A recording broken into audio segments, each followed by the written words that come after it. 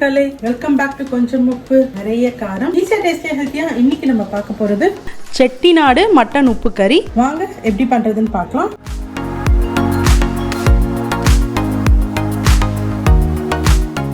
அரை kilo mutton எடுத்து வச்சிருக்கேன். இதை நம்ம ப்ரெஷர் குக் பண்ணிக்க போறோம். ரெண்டு பிரிஞ்சி இலை போடுறேன். அப்புறமா ஒரு பெரிய டீஸ்பூன் ஜிஞ்சர் கார்லிக் பேஸ்ட் போடுறேன். கல்லுப்பு தேவையான அளவு போட்டுக்கிறேன். நான் ஆல்ரெடி மட்டன் மஞ்சள் போட்டு கழுவி வச்சுருக்கேன், அதனால் மஞ்சள் தூள் போடலை. கொஞ்சம் வார்ம் வாட்டர் ஆட் பண்ணி இதை நாம் குக் பண்ணிக்கலாம். இந்த அளவுக்கு தண்ணி ஊற்றினா போதும். இப்போ நம்ம இதை மிக்ஸ் பண்ணிவிட்டு நம்ம ப்ரெஷர் குக் பண்ணிக்கலாம்.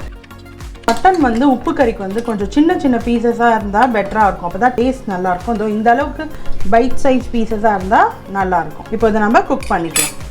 கடாயில் 2 டேபிள் ஸ்பூன் நல்லெண்ணெய் சேர்த்துக்கிறேன். இந்த டிஷ்க்கு நல்லெண்ணெய் தான் நல்லாயிருக்கும். எண்ணெய் காயிட்டோம். எண்ணெய் காஞ்ச உடனே நம்ம சோம்பு போட்டு தாளிச்சிக்கலாம். சோம்பு பொரியிட்டோம்.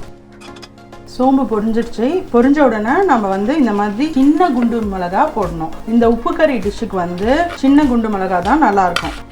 போட்டுட்டு நம்ம கொஞ்சம் ஃப்ரை பண்ணிக்கலாம். எண்ணெயில் இந்த காரம் கொஞ்சம் இறங்கட்டும். இப்போ பூண்டு சேர்த்துக்கிறேன். இது கூடவே வெங்காயமும் சின்ன வெங்காயமும் சேர்த்துக்கிறேன். இந்த டிஷ்ஷுக்கு நீங்கள் சின்ன வெங்காயம் தான் போடணும். பெரிய வெங்காயம் போட்டிங்கன்னா ஸ்வீட் ஆகிடும். அதனால் இந்த டிஷ்ஷோட டேஸ்ட் அப்படியே உங்களுக்கு கிடைக்கணும்னா நீங்கள் சின்ன வெங்காயம் தான் போட்டாகணும்.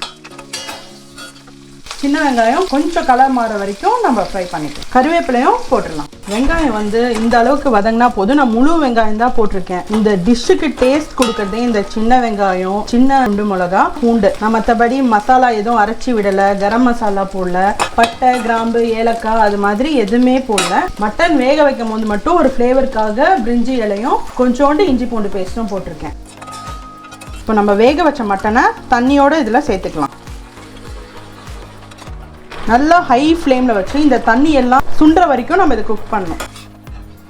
மூடி போடாமல் ஓப்பன் பண்ணி குக் பண்ணலாம். கைவிடாமல் கிண்டிக்கிட்டே இருங்க. அந்த தண்ணி நல்லா சுண்டணும். அந்த அளவுக்கு நம்ம குக் பண்ணணும். தண்ணி எல்லாம் சுண்டியாச்சு.